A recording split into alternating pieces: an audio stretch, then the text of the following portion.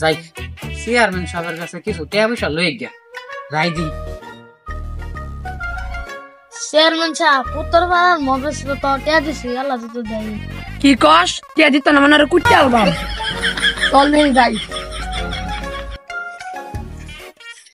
দেখো আর মোবাইল সামনে থেকে টের এলাম আমার সাথে থাকলে না খাবার আবি আচ্ছা বয়েন একটু ভালো লাগতেছে।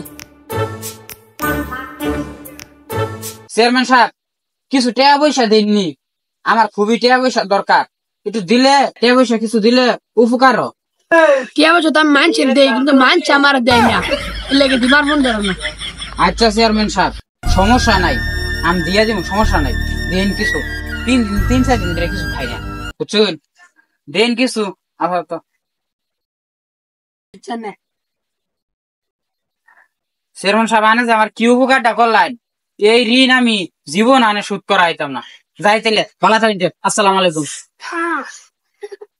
কি রে কি কোন কি হইছে, কি করবেন কোন? চেয়ারম্যান যে টেহলে স্যার 1 মাস ধরে পয়সা দাস না গায় দেন কি টেহা টেহা পয়সা শুধাইছে, কি টেহা পয়সা দেন দেই। কত নেতা দেখলাম লুকমাইরা ফুটকি হয় না, আর আমার দেখে নেবো কত ই নেতাটা হয়ে গেছে, এটা নেতারা আমি গুনি। চেয়ারম্যান সাহেব মুভিস রে যে টিয়া দেছুন টিয়া তো আল্লাহ দেয় না। কি কইলো টিয়া দেন আর কুটতে আলবাম কি রে তোমার টিয়া দাস না কে কি টেহা চেয়ারম্যান সাহেব আনের কইছি না, আনের ওই ঋণ আমি কোনোদিন শোধ করাম না, আনে একটু বাইট বাই দেখুন।